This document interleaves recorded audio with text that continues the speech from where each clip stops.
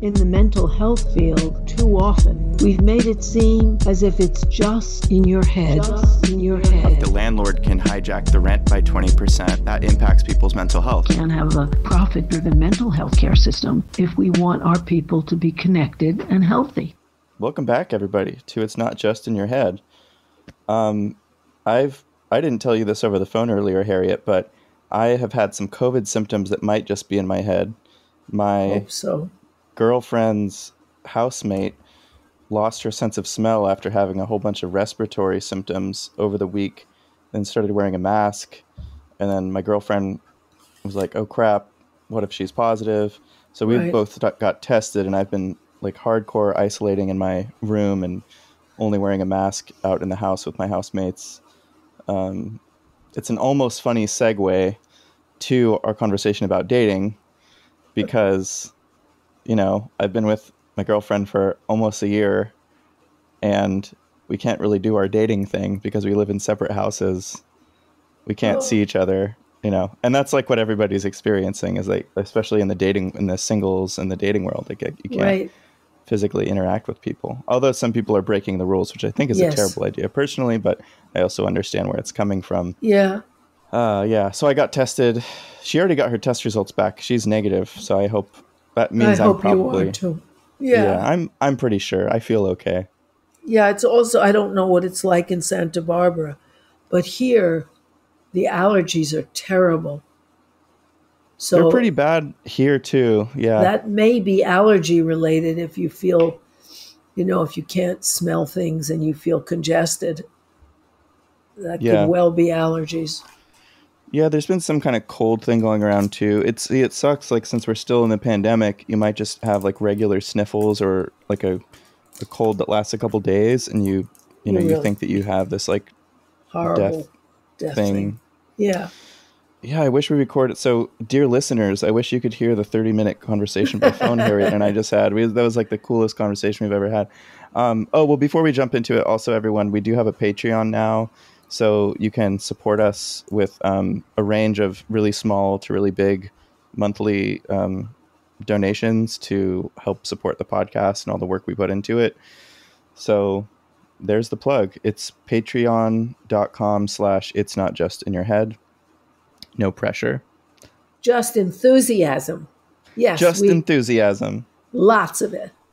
Well, I don't know. I mean, we're both pretty low energy from my like COVID scare sniffles and your allergies, so this might just be a lower energy episode, but although we energize each other, and that's neat. We do. That's true. Absolutely. Yeah, you got me excited. I think there's a good synergy we have. Yes, I think so too. So dating, why? Who cares? Let's just change the subject. Let's talk about something else. We already talked about it. Well, we're talking about dating because dating is a way for people to get together and to connect. And we're in a very frightening environment of disconnection, not only because we're a declining empire in capitalism and the worst COVID country in the world, but because dating is about connection and looking for intimate connection. And like all other things that unite people besides the movement, thank goodness, it's under assault. And it has been for a long time. And we want to talk about how dating has changed and how people have a much harder time to getting together on a romantic level the way they do on so many other levels in the United States. And we have, so the fancy term neoliberalism, I think, is a really good embodiment of the larger zoom out discussion about dating. But we also have this great phenomenon of Harriet being 78 and me being 35, in that she grew up in a time when dating happened in person, people talking to their neighbors and within their unions and within their school and everything. Schools, just within sort of organically derived communities. Yes. And having to like learn the organic, tricky social skills of asking people out on dates and sometimes it works and sometimes it doesn't, and you have to like learn how to deal with rejection and learn how to talk to people. And I've grown up in the generation where, you know, I did a fair amount of like in just, hey, want to go out type of stuff, but I'm of the generation that evolved into that doesn't happen anymore, where you are expected to meet people almost exclusively through dating apps. And that era is conveniently the neoliberal era. That's the exact like historical shift that occurred. So we want to try to analyze that a little bit from like an intellectual and like economic point of view, and then point.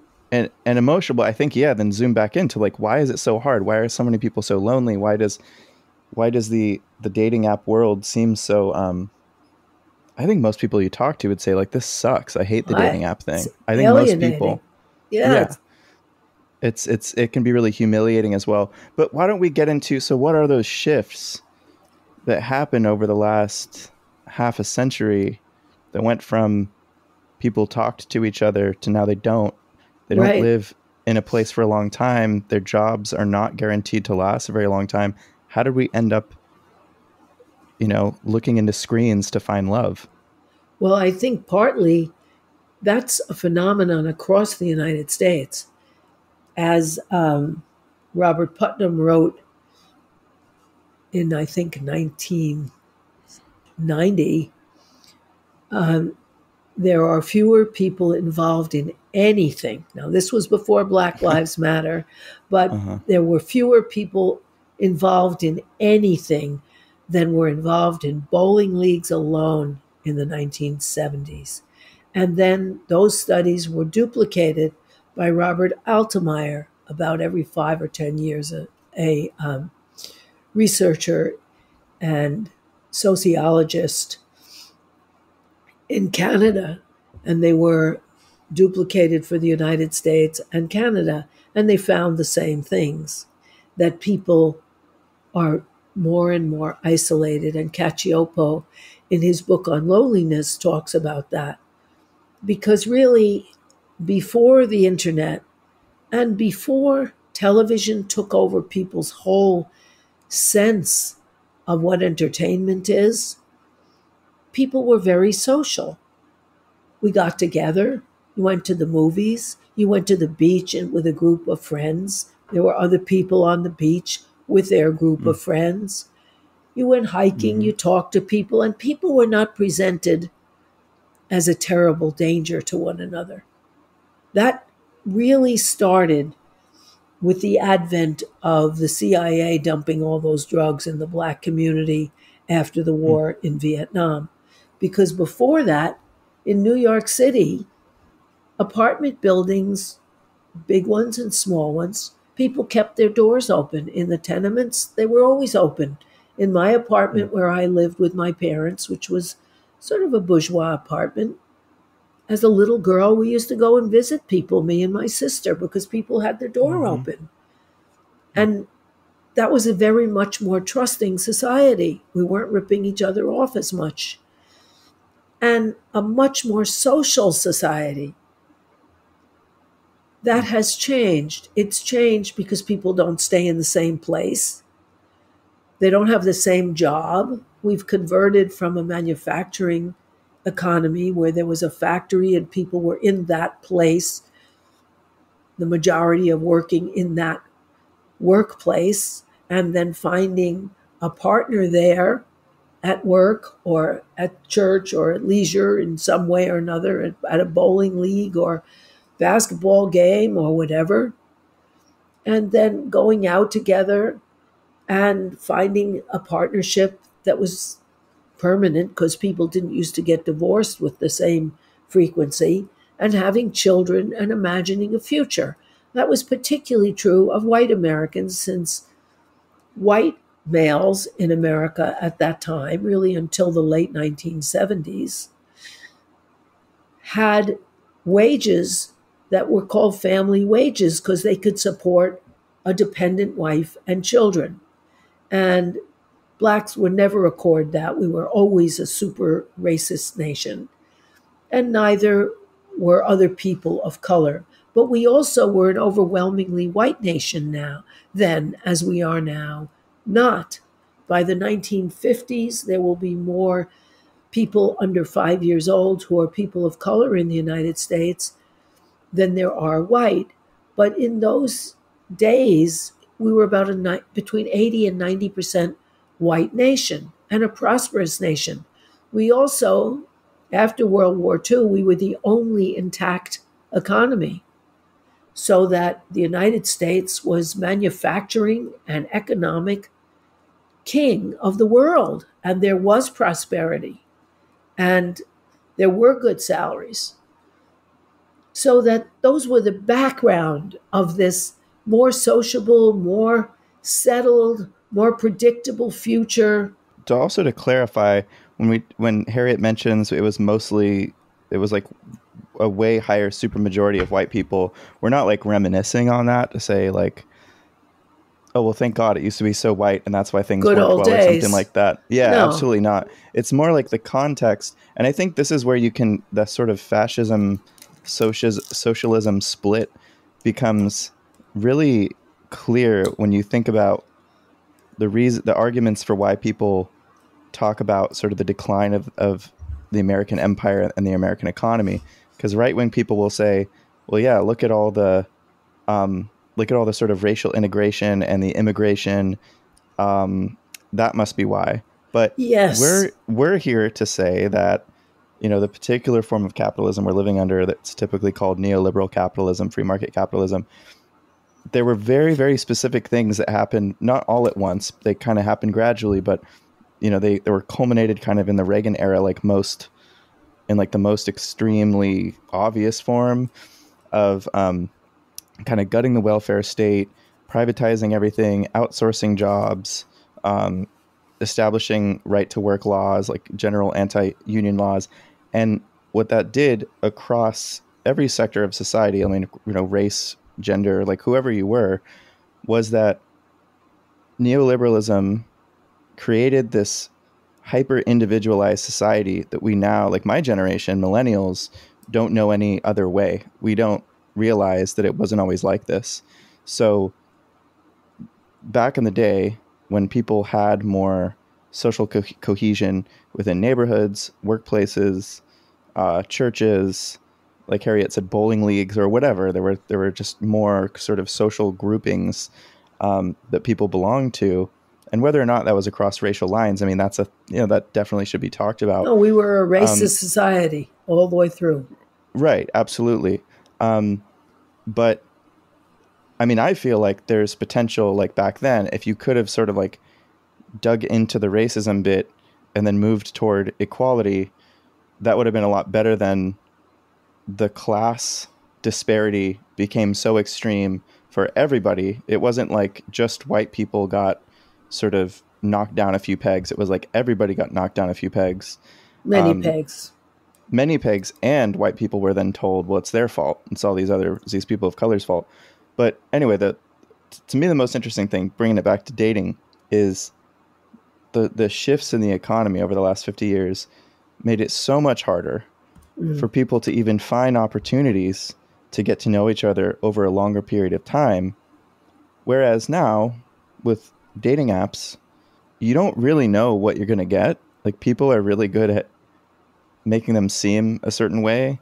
And Harriet and I, in our really long phone conversation, talked about this, of how it really starts to look like a market, like the market logic entered into people's dating behaviors on like Tinder and Bumble and all these apps, because it's like you're trying to market yourself to a certain market demographic to get something from them. And so you don't talk about the side effects of your product, like your neuroses, your right. issues with like drugs and alcohol, or if you have a history of like violence or something. You really just try to portray yourself as the most upbeat, smart, like whoever the sort of demographic is you're going for. Like, I'm the wokest person in town. I hike more than everybody. I do more yoga. Like, whoever you're, I listen to the most up-to-date hip hop. Whatever your sort of market is in the dating market, you really actively try to kind of deceive people. And it's something that you can you can fool people with pretty well because of the way that dating apps and social media work is that, you're just getting words and images. You're getting like symbolism of personhood. You're not actually getting the experience of the person, and you're removing the person from the community in which they live. So you can't really vet them by asking the neighbor's aunt, say, "Oh, what do you think about Johnny? I think he's kind of cute. Should I go on a date with him?" And she says, "Oh yeah, he is a good Christian boy," or he's a hard worker, or he has an alcohol problem and I heard he smacked his ex-wife or whatever. You shouldn't talk to him. Nobody knows anybody that knows anybody. That's right. Really. That's right. And one of the things that we have to look at is what happened to our society basically is that between 1820 and the 1970s, every generation of families headed by a white male did better than the generation before. Even during the Depression, if you had a job, prices went down faster than wages. And so white families who had jobs could get ahead. That all changed in the late 70s with the advent of sophisticated international communication systems like faxes and super quick phone conversations and jet travel and computers. And so that capitalists realized, I don't have to pay people $18, $20 an hour. I can fly my operation to China or Pakistan or India and pay $2 an hour or $1 or 50 cents. And I don't have to worry about these pesky environmental restrictions and labor laws. And so they deserted the working class and then encouraged working class people to be angry at blacks who were trying to get civil rights then, or women who were trying to get equal rights then. And so that you had a confluence of factors in which the capitalists disguised what was going on. However, that was going on. And what was going on is that we became a society in which there were huge discrepancies. In 1970, we were the most egalitarian, equal country in the Western world. Other than the racism part. Yes, it was egalitarian, but the mass of people were white, so it didn't show up in the racial statistics. And now we are the least egalitarian economically. We're not talking about racially, we're talking about economically. Right. We have as great a disparity between rich and poor as they had before the French Revolution. Amazing. It's like Pharaoh's time. And this crept up on people. And people didn't know what was happening to them.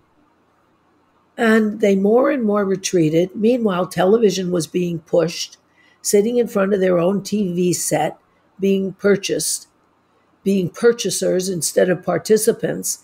And then computers came in, which you see individually. You see your movies now individually on Netflix, and you are on the internet by yourself, and the social sphere disintegrated. And people now, even to connect romantically, have a problem in terms of trying to connect romantically and go on the internet. It's funny as your phone goes off too.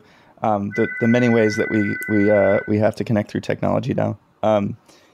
So it's really isolating. And I think that, Harriet, correct me if I'm wrong about this, but I think that what you and I connect on so much as mental health professionals is that we have these insights. I don't know where we got them from, just maybe our political activities, but we don't see the epidemic of people being lonely and isolated as individual problems. We see them in this context. Like we see them as like, well, this is what happened.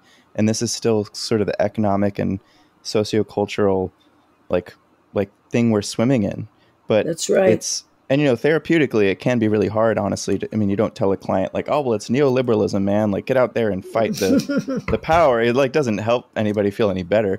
No. Although, as we said in the last episode, organizing is good for mental health. I feel strongly about that. But these are the trickle down. We talk about trickle down economics. This is actually trickle down economics. What happened is,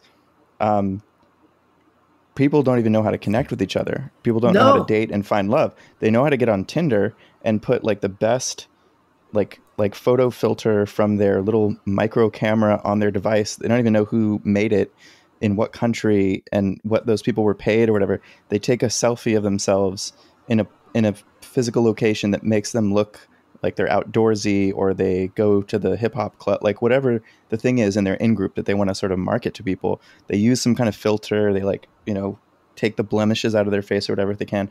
They literally treat themselves as advertisements in a market to desperately try to connect with other people. And the assumption now is that the best you're probably going to get is maybe like a one night stand, even though like, most people feel like shit and they just feel like, well, that was an empty, not very fulfilling, thing. But it's also like, even the term hookup culture, that's, 10 years ago, that wasn't a thing. In Harriet's time, I can't imagine, you would, Harriet, say like, oh, everybody was hooking up all the time. And no, they didn't weren't. even remember the other person's name. Like, I don't know what his name was, but that has sometimes happened, but it was aberrational. Also, we didn't look at other humans as products. We didn't thumb through on Tinder all these different pictures and think, oh, that one's good, that one's good. Oh, I went out with this one. This one's might be better. I won't bother getting to know this person. I'll find a better one. Like that Coca-Cola might taste better than the Pepsi or whatever. Yeah. Exactly. And so that people become products for you. And people are terribly lonely. Very much they want to connect because it's a lonely society. And our country is particularly bad on that. In Sweden, one of the things that they did, noticing the changes in Sweden, is that a lot of the new buildings have big collective spaces and smaller apartments, which they particularly market to young people, so that you won't just be in your own little cubicle. You'll go out and see the film they're having, play the games that they do, encouraging connection. We don't encourage connection. We discourage it because it might lead to political connection in which you realize, wait a minute, we're being wronged here. So that there's an isolationist thrust, as well as you sell more products if you sell one to each individual. This also kind of connects to, what's his name? The comedian guy. He wrote a book called Modern Romance. Aziz Ansari. Aziz Ansari, yeah. Yeah, he wrote this. I read it a while back when I was like really, because I had, oh really? Oh, cool. Yeah, I mean, I was like, definitely, I wasn't at like incel level, I don't think, unless maybe some people thought this, but like years ago, because I was in and out of the dating app thing for years, and it was really, really hard to find anything that like felt good, really. There were some, like, I feel it's weird saying these kinds of things as therapists, but like there were some hookups, yes. There were some like really short-lived relationships. There were attempts at longer-term things that didn't work out. I recall at that time when I was in the throes of the dating app misery and the roller coaster of it. It's like there's, you have some good experiences from it, but it's mostly just a weird experience. I read Ansari's book, and his historical analysis, because he wrote it with a sociologist, was that the majority of marriages used to occur from arranged marriages. And I remember thinking, like, feeling like, ew, well, that's gross, that people would just like kind of force two people to get together because the families know each other, and they know that guy's family is trustworthy and they have money, and vice versa, and like the girl's pretty or whatever it was. But I recall, maybe I'm wrong, but I recall the data showing that there is generally pretty high satisfaction in cultures that still have arranged marriages. I think in India, I mean, maybe that's not true, or maybe there's something wrong with the data. But for the first time, I thought, well, why is it that like me and everybody I know who's my age is like so picky? They're like, well, that person's not good enough, or that person's annoying, or like they chew too loudly, or the ink stain on their pants is just like they're really sloppy. Like, how is it that, where did we learn to think that way about people if the norm used to be that somebody just kind of pairs you with somebody? And I mean, I'm sure it didn't work perfectly, but no. I'm sure there were and are tons of problems with it. But it's just a whole different way of thinking about relationships, of like how you meet people It and is. like what criteria you're going for. Well, Because now they didn't even no, go have on. dating then. They didn't have dating. Dating Right. started when people moved into cities, when women moved out of the protection of their own home and went out with groups of other women to the movies, and guys went out with other Mm. groups of guys to the movies, and people met each other. And when women Mm-hmm. went into work in factories, and so did men in the cities. Before that, families mostly arranged it. And I've had clients from different cultures who have had arranged marriages, and usually the Mm. parents have a couple of suitors in mind, and the couple gets a chance to meet each other once and see if they like each other, and Mm. they like what they see. And if they don't, okay, then they can Mm. wait and choose from the other two or whatever. Mm. But there was a sense of it happened with a public life, and our lives are more and more privatized now. And so Mm. that it's disappearing as people are individually pushed into their little houses. And Mm. also, it happened when people imagined they'd meet a partner, settle down, and be together for the rest of their lives. Now they Mm. don't, because their lives are precarious, their jobs Mm. are precarious, they'll probably move, and the sense of permanence is not there. And not even Mm. of married couples, the biggest development in married couples is married couples no children. It's too expensive, and Yeah. you don't know what's going to Yeah. happen. That's actually been the biggest thing in conversations I've had. Like there's, because you'll from my the case study research I can talk about from my experience over the last decade is there are some women on dating apps that are just like looking for kids and family, period, and they're Right, just honest about it. And a right, lot of women feel that way, but they don't want to say it because they right. know that most guys will say, oh well, this chick wants to settle down, I'm not into that, I just want to hook Mm. up. But that's a conversation I've actually had with a few people I've dated. I mean, even my current girlfriend is like, we don't know what the world's going to look like in 5 years. Like, it's actually really terrifying.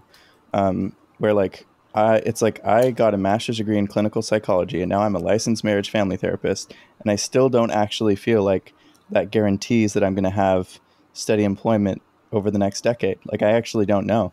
That's right. I feel like anything could happen. And yeah, I mean, 20, 30 years ago, I think most people probably felt like, oh, I could probably stick with this job for a while. Yes, And but that's the thing is too, that we're swimming in this. And so it's the norm. It's like fish don't know water's wet. Like, I don't think most millennials, let alone, the Zoomer generation, like understand this is the culture now, that you don't know where you're going to live, where you're going to work. You don't expect good wages or good benefits or good working conditions or good living conditions. And just like Rachel said in the last episode, that people, especially in bigger cities where the demand for housing is higher, you don't even necessarily feel like you can speak up about a moldy apartment, right. because that they'll probably they might Raise kick the you rent. out, paint over it, and raise the rent, right? Yeah. So it's It- just it's a it's new terrain. changed. It's really hard to wrap your head around it. Yeah. Also, as American jobs were outsourced by the millions, Mm. primarily what were most jobs, which were male jobs, people Right. just, they don't have the kind of jobs. In the 60s, you could be active, you could drop out a while, then you could come back and you knew you could get a job. And Yeah. even people of color could always get a job, a lousy job, but a job. Now Hmm. that isn't the case, because we've outsourced the jobs and mechanized and robotized the jobs without any control. And here we have to look at American capitalism that doesn't have the tempering forces of socialism and communism to keep it afraid and in line, because outsourcing is illegal in Germany and all over Scandinavia and in France, so Yeah. that they don't have the same problem. And they're not always threatened. Americans now, it's more than, what is it, 45 million, almost 50 million people. That's almost a third of the workforce applied for unemployment. It was 50 million people applied for unemployment altogether. And so how can you plan a future if you don't even know if you'll have a job? And now men and women both need jobs to make less than what a white male wage used to earn. And so what our capitalist profiteering economy has brought on us is a level of terrible insecurity, which then interferes with our connection. Now, I think if you wanted to meet a like-minded political person, you'd have to get out there and demonstrate. One of the ways that, that we met partners when I was younger was that you got involved in something you cared about, whether it's a sport or, in my case, the committees against the war in Vietnam, which is where I met my husband, and where a lot of people met their partners because they talked about ideas, because they were involved in the same thing. And we have friends who met each other during the Bernie campaign for Bernie Sanders. But there aren't that many activities. In high school, I met friends who were political friends also for civil rights, who were standing up for civil rights. Yeah, I'm reflecting now because I spent the last 3 years at the job I was at for 5 years trying to unionize the workplace. I no longer work there as of this week. This is my first week not working there. And I think all the managers know about this podcast now. This sort of resignation email I sent, I actually put a link to our last episode in a sort of snarky and very unprofessional way, of course. I'm like sounds like fun. Yes, I know. I'm like the least professional anyone's ever met. Something I found was, we kind of covered this in the last episode too, is just the level of fear. Of talking about unionizing, even if you're careful, because when you get trained to do some internal union organizing, you're told don't jump into join a union. You start with an easygoing, open-ended kind of rapport building conversation where you listen 80% and talk 20%, and you listen for people's grievances, and you kind of do what a therapist does. You validate stuff and you reflect back what they're saying, and you build a little bit of rapport, and then, oh, well, hey, me and so also kind of find it weird that, they're taking away the dental benefits or whatever, and they're not explaining it, but I found it didn't really matter. It could just be me. It could be as a man in a 95% women field, right? Mental health, that's a thing, right? So it's weird to have this guy trying to talk to every person in the workplace. Maybe they thought I was up to no good or something, but I've heard about this in every workplace in modern times, that I think the way that unions were decimated also created a new culture of fear within workplaces, where people don't talk to each other the same as they used to within workplaces, in part because of the precarity, and because, and this is a sort of invisible issue, I think most workers don't realize, but when the absence of unions, which were, they weren't normal. I think it was 1/3 of 35% of Americans 35%. were in unions. So 1/3. Yeah. So, and if you think of it that way, that means roughly 1/3 of workplaces were unionized. Right. So it was so commonplace for people to just know there's some sense of camaraderie here. And we're unified to some degree, not perfectly. We don't agree on everything, and there are differences and stuff. But today, there isn't. The assumption is, I'm lucky to have this job. Shut up, shut your mouth, keep your head down, don't rock the boat.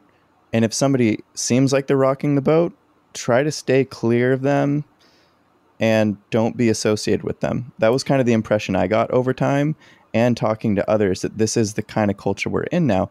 And I think, again, it just kind of speaks to the cultural shift toward individualism and fear and isolation and alienation and fragmentation of American society, to where the idea of it's not only a good idea, but it's an amazingly good idea to unionize your workplace. Like, it's one of the best possible things you can do, is now like one of the most terrifying things to most people because of the level of precarity.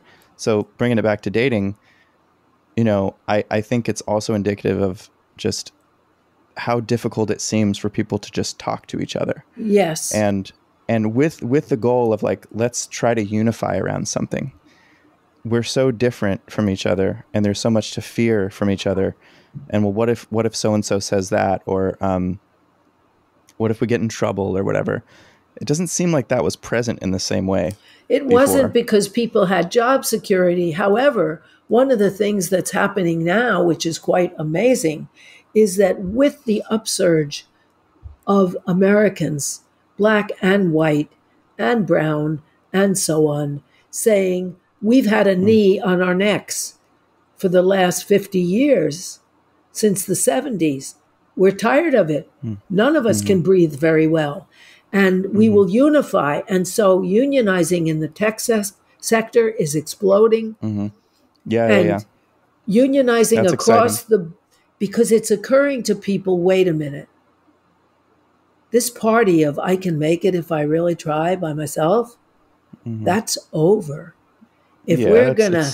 bullshit. Yeah, if we're going to make it, we have to make it the way the Europeans always knew they had to, together at the bottom. I mean, I think it's the way everybody's always done it, you know? Yes, it's why I think it's why collectivism has to be colonized out of people, you know? Yes, individualism, it does. Individualism has to be really, I think, manipulated into people, because I mean, I think most kids understand cooperation. Yeah. Well, I mean, just when you observe kids, right? Like kids, my best friends, they live on our property. This 2-year-old kid who every time I see him, he's like trying to share his food with me or share his toys with me or whatever. And like, I think when we talk about human nature, like capitalists have done a really good job of drilling into everyone's head that competition is human nature. I think cooperation is just as, if not more. Absolutely. So this idea of like, we have to stick together. And you know what? It's fun to stick together, like playing and connecting and finding joyous things to do together, dancing and singing and making art and making music. That those are actually, again, you just look at kids, like that's the natural orientation of humans, I think. When it isn't, any nursery school operates like a socialist or communist state. They don't say, you like that truck? Hit Johnny, steal his truck, take everybody's truck. Then you'll have all the trucks and you can sell them back to the kids who want to play. Yeah. No, they don't. Yeah. You have to share. Right. It's sharing and caring. It's the most like hippie and like communist thing. Well, I guess hippies and communists are very different, but it's incredible. You can't get through nursery school without learning how to share, without learning how to wait your turn, and so on. And I think what happened is that in the very early societies, they were all communist because, let's face it, people are not the swiftest. They don't have the best eyesight. They don't have the best hearing. They're not the most physically powerful, but they can cooperate. They can chase the great beast into the pit that they all dug together, throw their little stones, kill the thing and cut it up and share, because they didn't have enough to have some people have a lot. That changed as people began to be able to herd animals and accumulate more. But the early people were all communist, and all children are taught to share because they can't get through nursery school without it. So talking about sharing, I would like to share with our listeners, for anybody who is experiencing excruciating loneliness because of the current conditions, not just from COVID. I think COVID makes everything so extremely and painfully obvious of like how disconnected and fragmented we are, and really already were. But even before that, I remember when I was like pretty chronically single and couldn't keep a relationship for a long time, how excruciatingly painful that feeling of loneliness is. And there's more studies coming out of just like there's an epidemic of loneliness, but for men, I think it's a factor in like the school shooting stuff and all that, the mass shooting stuff. I don't think it's like the reason, and I don't think men are entitled to like getting touched by women and stuff. But I think the extreme degree of like, I feel like I'm shriveling up and dying because I have no one in my life. Like, I think for men, the way we're socialized is it becomes this externalized anger and hatred and like revenge on everybody around you kind of thing, which is toxic and terrible. And at the same time, it's like I want any men listening who are like, yeah, I can't get a date. I've been on Tinder for 5 years. I'm ugly. I'm terrible. I'm stupid. Aww. Nobody likes me. I have no money. Because there's so many men that feel that way.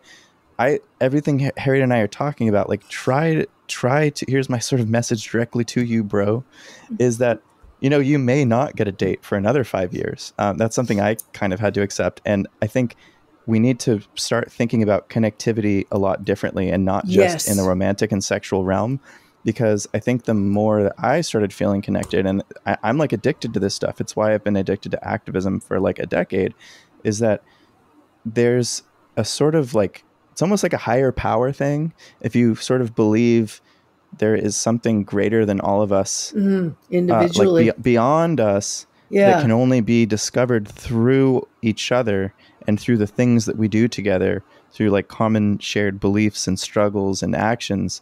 And if you really kind of throw yourself into movements, and it doesn't have to be like, you could even be like a not very kind of left-wing person listening to our like super commie therapist podcast, and you don't have to share our exact sort of political alignments, but just to think like, there's probably neighbors nearby who would appreciate if you got them groceries, like some elderly people that like can't go out and drive, or like, and you will feel really good about that. You'll feel really connected. You will feel desired by somebody.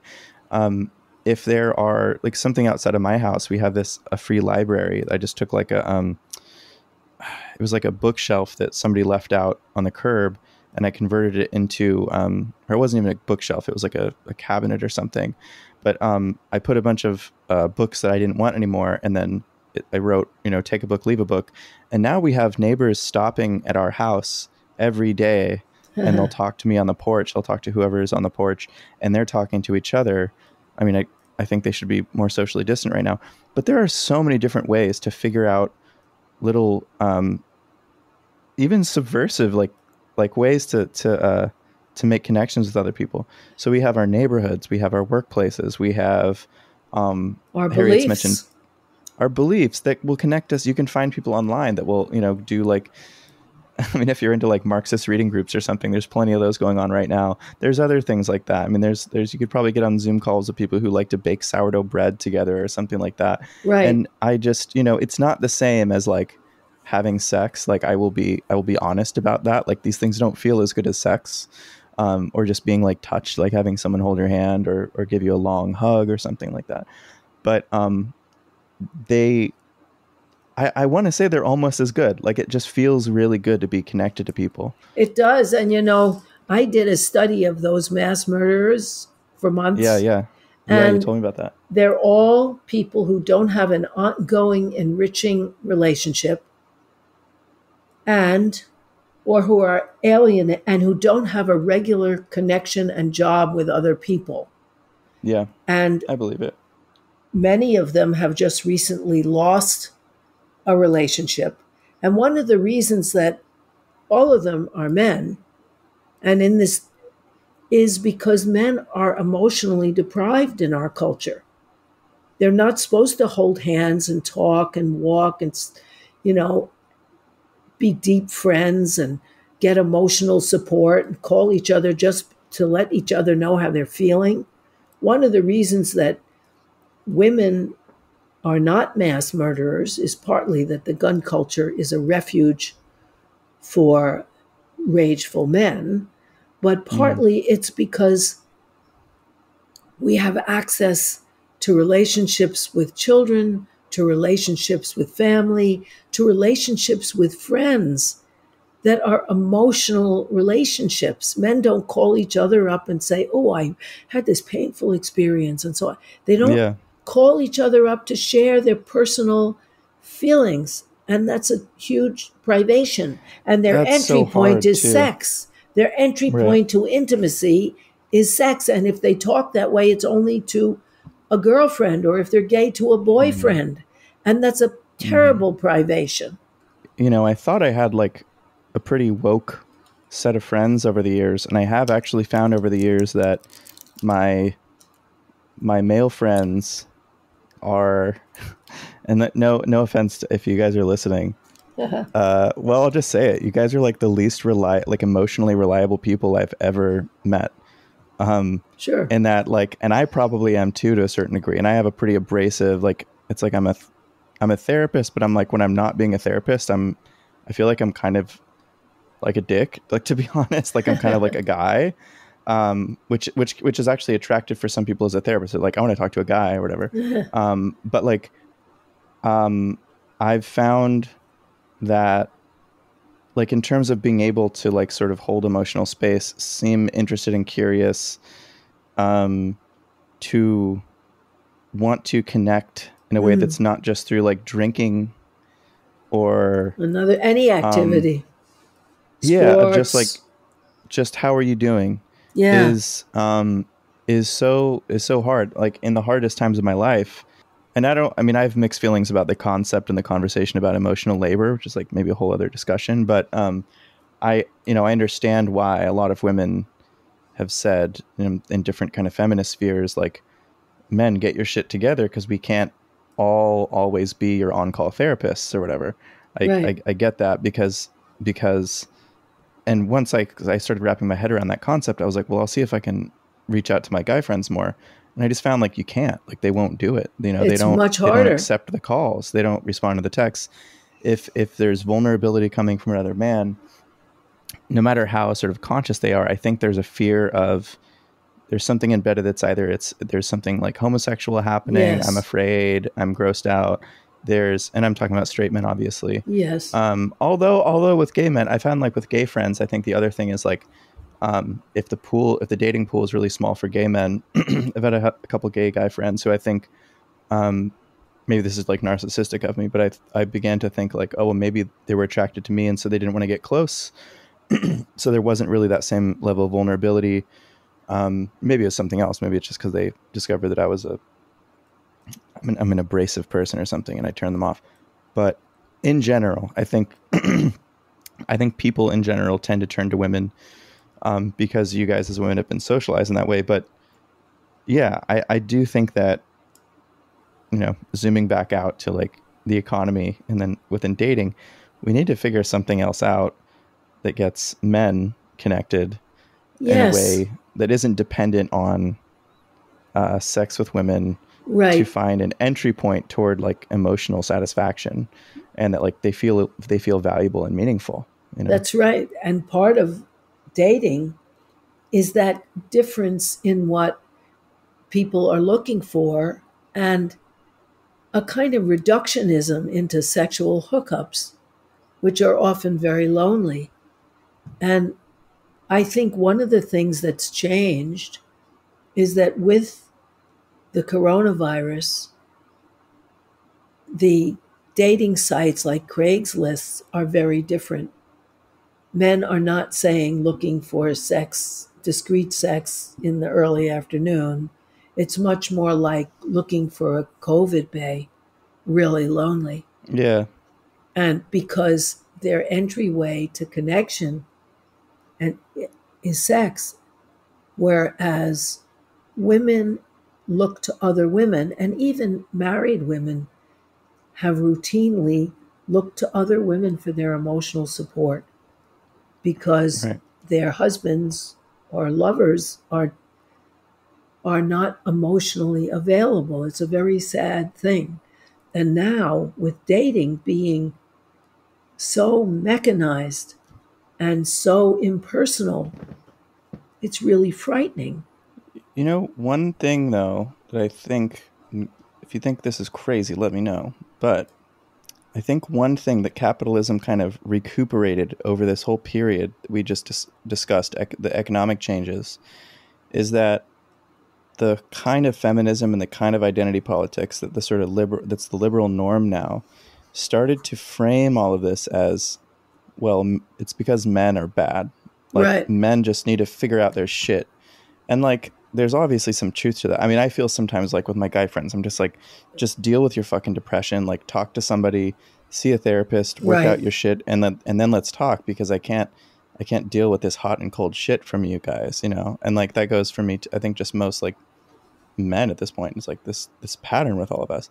But again, you zoom out and you look at the economic context and you're like, well, wait, how did this happen? Was it that men were always like this? Well, maybe to some degree, but there was a totally different like community that men were in. Like there were totally different social functions for men to find themselves in that I don't, wasn't leading to mass shootings, at least. No, because they had a place. One of the things is men were socialized to go out, make a living in the hard world, not show their feelings, not relate intimately, but have a wife at home taking care of their emotional needs, their needs to socially connect with other people, their household maintenance, their children, and the whole personal realm. Now that party started to be over when the capitalists deserted America and women were pushed into the workplace in order to survive. And so that gender expectations were turned upside down, and women had a women's movement behind us to fight for inclusion economically and politically. And men didn't have a movement behind them. And women asked men for help in the household by calling a lot of household work shit work, like creating order and cleanliness. Who's going to be attracted to shit work? Not too many men. We didn't say, we need you to join us. We need you to share all the things we learn. Because since our movement was dominated by people like Gloria Steinem, a CIA agent, in order to get us out into the workforce to compensate for the capitalist desertion of the United States, they emphasized that men were, I'll put it this way. Steinem had this thing, a woman needs a man like a fish needs a bicycle. Okay. It's a disgusting way of looking at another human. And so we never figured out as feminists, what do you learn from creating order? It still hasn't been figured out. What do you create by creating cleanliness? What do you learn from taking care of vulnerable lives, whether they're old people or children? Those skills have begun to be explored. I am an earlier explorer of that on emotional labor, but really, men didn't have a movement to help them. And men need help to break out of those gender stereotypes and to be able to emotionally relate. We're social animals. We need social backing. And men have been deprived.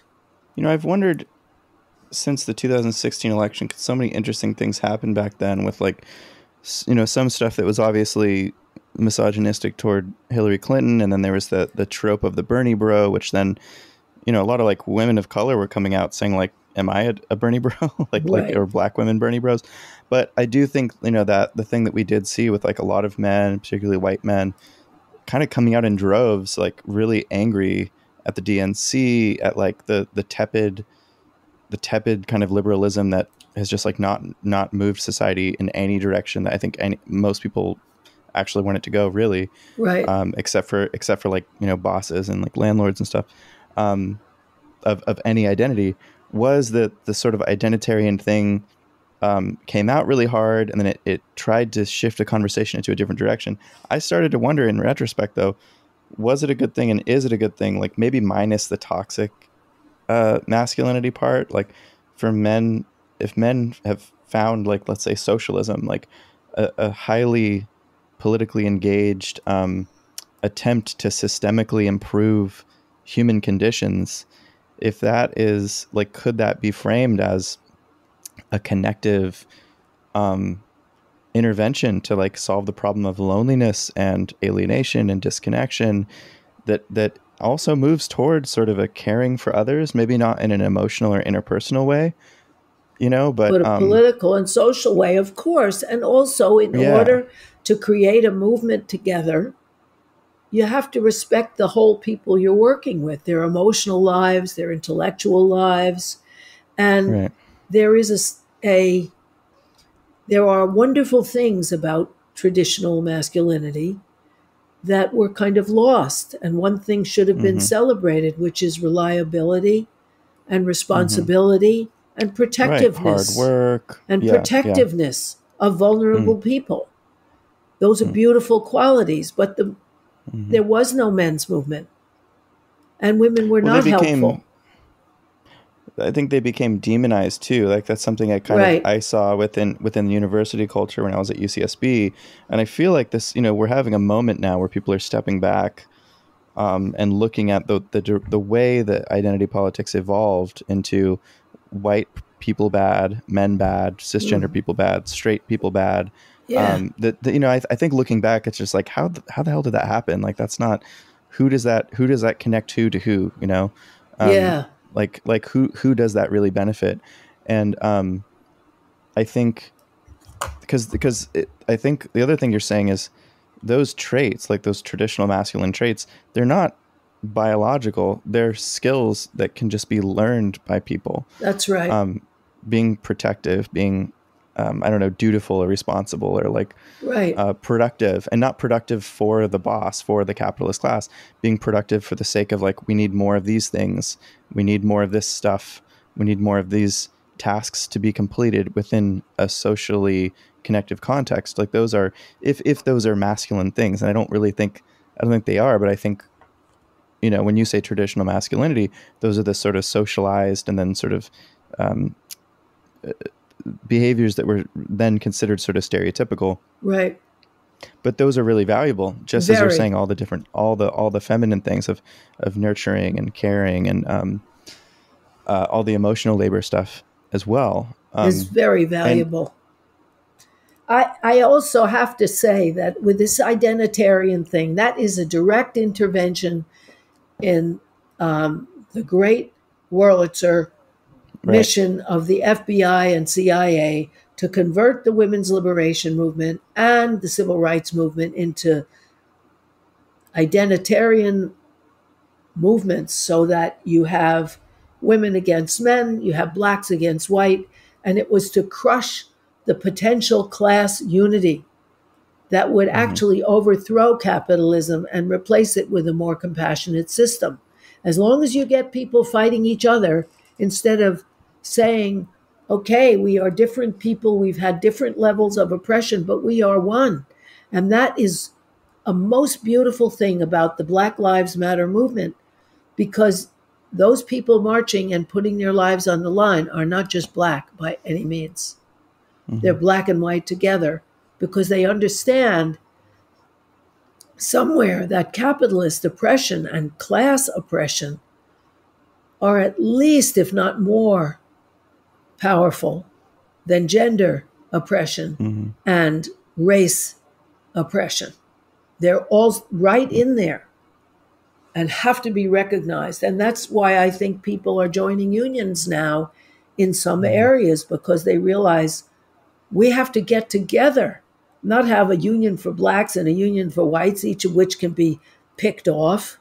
There's studies now indicating, they're newer studies, but that white racial resentment against people of color is lower in multiracial unions, and that and it should also be mentioned that there isn't really any evidence that implicit bias and diversity trainings have that same effect for white workers, which is to say, more broadly, that the stuff that the capitalist class will pay a lot of money for to educate its workforce about how to like not be racist or not be sexist or whatever. It's very profitable for the people that like run the trainings. Like there's a whole kind of diversity industry now. But the research does not show that actually reduces, say, implicit bias, or that it increases a sense of camaraderie amongst, say, men and women and black and white and Latino or whatever, or gay and straight or whatever. I mean, I don't know about the research, but I know, like, people are scared to even say this, but it can create sort of a culture of fear where it's like, well, I'm so afraid of saying or doing the wrong thing that will be interpreted as a microaggression. And then I might get talked to by HR. And if I get written up 3 times for a thing I didn't even really know what I did, I might lose my job. Whereas the opposite approach, which is like a bottom up, workers bound together to increase their working conditions together appears to actually reduce those biases. And that's something that management they won't pay a union to come in and train you. No, they won't. So it's interesting to see like the dominant mode of trying to address the implicit bias issues has been something that conveniently can continue to maximize profits and decrease the power and the conditions of the working class. Whereas the solutions that have been there all the time, they're not profitable to capitalists. And then they can just say it's the crude, stupid racism of our workers when it isn't. Right. Actually, Martin Luther King was very strong on this. He said the best, he didn't use the word diversity training, but he said unions are the way. Unions are the best anti-poverty program. Unions are the best racial unity program. And he said that when he addressed the International Longshoremen's Union, which became a powerful union when they had total rights for blacks, because otherwise the previous one, before the socialists and communists took over that union, they had huge racial divisions. They didn't hire black dock workers. And then when they were on strike, blacks became strike breakers. But by uniting, that didn't happen. And Martin Luther King he died. He was shot while supporting the Memphis sanitation workers. Yeah. And he started being famous at the bus boycott, which was people of all races saying, stop it. We don't want blacks to have to go to the back of the bus. And unified people. And there were white buses coming down for integration. And it was a black and white together thing, the way the Black Lives Matter is. Because if class is a huge problem, and they want to ignore it, they want to equate. The women at Fox News have had big Me Too protests, and there's another one now. Because women at the top at Fox News want to be able to be on these racist, spouting racism and sexism and being paid as much as men and not being sexually objectified. That's fine for gender equity, but it doesn't touch the problems of the fact that only 3% of American women earn $150,000 or more, and $150,000 is what defines an income needed for a middle-class life. And so you have huge discrepancies among women. And those strikes that unite men and women, and those movements that unite men and women for class justice, change a lot of racial and gender dynamics. And they can be changed within those movements because there's a powerful reason to connect. Not just listening to the boss say some words. I hate to be bossy, but I'm thinking we've been going for about an hour. Might be time to wrap up. Okay, let's wrap up around dating too, because let's tie it back in. Yeah. Sorry, I was trying to make a boss joke. Oh, okay. Sorry. Make your joke. No, that was it. It was the sorry to be bossy. It wasn't okay. Funny. Yeah. The connections that go back to dating really just have to do with connectivity. Again, like most of the things we're talking about, that the economic trends of the last, few decades they probably were designed to make us less connected, or at least they were designed to maximize profit, which made us less connected. And I think what we're seeing now with dating apps and people not knowing how to talk to each other in person, and the epidemic of loneliness, and the rise of incels, which wasn't a thing before, all has to do with the economic context we're in. So I don't know. We're hoping social listeners and the social context, because one of the things that allows men and women to understand one another, and black and whites and Hispanics and everyone else, Asians, is that we're trying to do something together for all of us, whether it's a union or a protest. And that brings us together in a way that Tinder never can. Maybe we need a new app like Tinder like anti-capitalist Tinder or something. That it's like No, a worker co-op or like. I think we need a movement. I don't know. We need a Yeah, movement same. with a party that unites all our concerns, from climate to racism to sexism to class discrimination to redistributing the wealth. You know, I should say in Europe they have you have a minimum wage and a maximum wage. We need a movement that demands class, race, and gender things, and we need to do it together so we lose our biases, and we'll find partners there too. Yeah. Okay. Yeah. Find a husband or wife or whatever Lover, through your whatever through you're your looking. union activity. Right. Well, I met my current partner through OkCupid, and like we actually have very similar values, but she's not like rah like Molotov cocktails every day. She actually balances me out so that's the other thing is like you get two super intense activist people dating and they might try to kill each other. So I actually.